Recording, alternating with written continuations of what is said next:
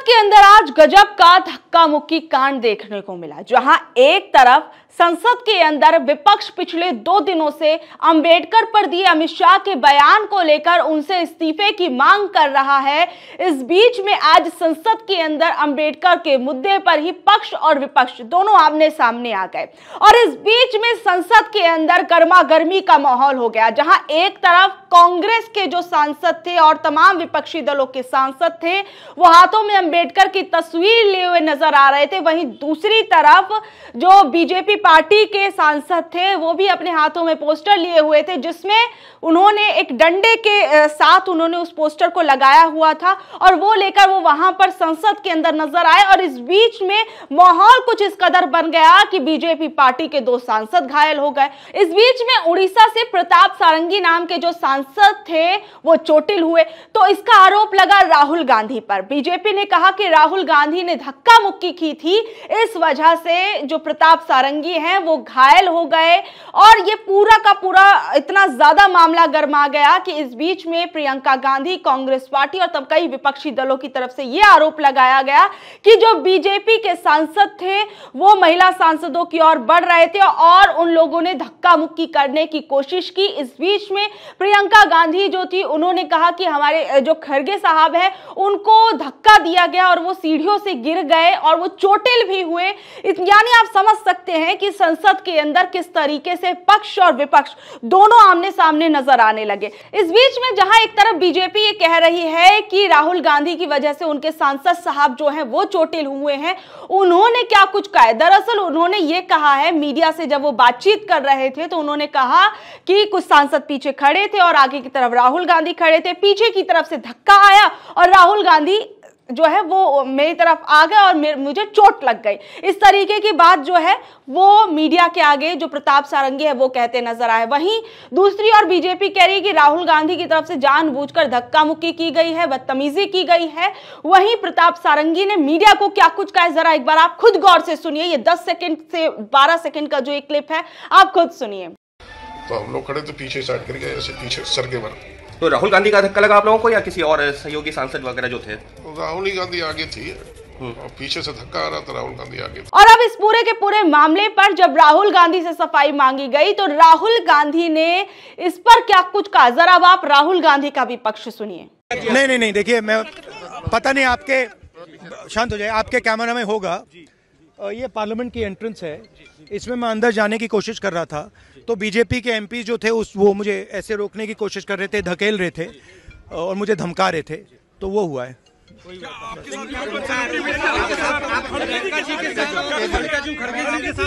नहीं, देखिए हाँ किया है मगर ठीक है, कोई मतलब धक्का मुक्की से हमें कुछ होता नहीं है, मगर ये एंट्रेंस है पार्लियामेंट हाउस की और हमारा अधिकार है अंदर जाने का और बीजेपी के जो मेंबर्स हैं वो हमें अंदर जाने से रोक रहे थे। जहां एक तरफ राहुल गांधी को बीजेपी पार्टी निशाना बना रही थी, वहीं जो प्रताप सारंगी हैं उन्होंने क्या कुछ कहा, मैंने आपको दोनों का पक्ष है वो दिखाया।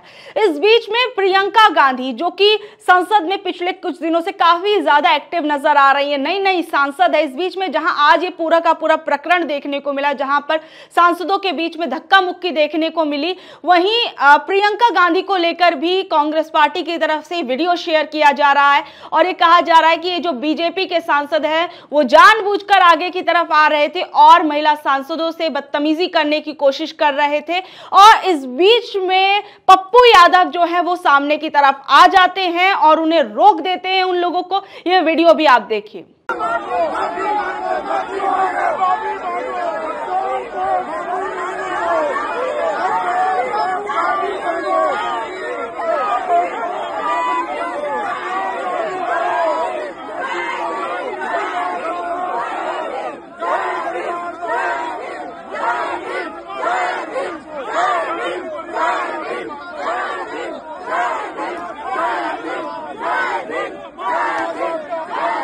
अब इस पूरे के पूरे मामले पर पप्पू यादव का क्या कुछ कहना है, जरा वो सुनिए। राहुल गांधी जी भीतर में थे, मैं बुला के लाया राहुल गांधी जी को।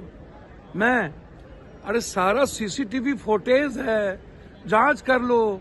राहुल गांधी जी ने जिस महात्मा गांधी को नजदीक से महसूस किया है, नेहरू, लाल बहादुर शास्त्री पटेल को उन्होंने जिया है, तो उस व्यक्ति से आप तुम की भी उम्मीद मत करिए।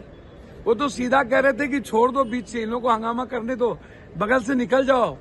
वो तो प्रियंका गांधी जी से बहस करने लगे और धक्का मुक्की करने लगे, तब जाकर के वहां पर वो भी बीजेपी के जैन सांसद इस तरह का व्यवहार कर रहे थे। बीजेपी के सांसद, आज तक मैं 7 बार संसदीय जीवन में हूँ, यूनिवर्सिटी अध्यक्ष, आज तक मैंने इस तरह के माहौल लाइफ में मैंने नहीं देखा कि सत्ता पक्ष मारने पर उतारू हो जाए और गाली गलौज लगातार कर रहा। प्रताप सारंगी जो कह रहे हैं कि राहुल गांधी, या प्रताप सारंगी जी का आप सीसीटीवी फुटेज निकालो, वहां पर है राहुल गांधी जी, एलओसी भीतर में है। राहुल गांधी जी तो खड़े तक नहीं हुए, चुपचाप साथ बगल से निकल गए।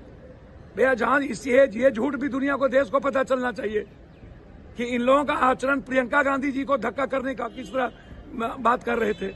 एक सांसद राहुल गांधी जी को सामने में गुंडा गुंडा कह रहे थे। क्या एलओसी को आप गुंडा गुंडा बोलोगे? इस तरह का व्यवहार करोगे? आप हमको बताओ। राहुल गांधी भीतर में है, उनको पता भी नहीं है, बाद में पता चला उनको कि सांसद के साथ धक्का मुक्की किया जा रहा है, प्रियंका जी बैठ गई हैं, तब वो अब भीतर आए और वो सबको उठा के ले गए, बोले चलो साइड से, हम लोग को बैठना नहीं है, इनको झगड़ने दो।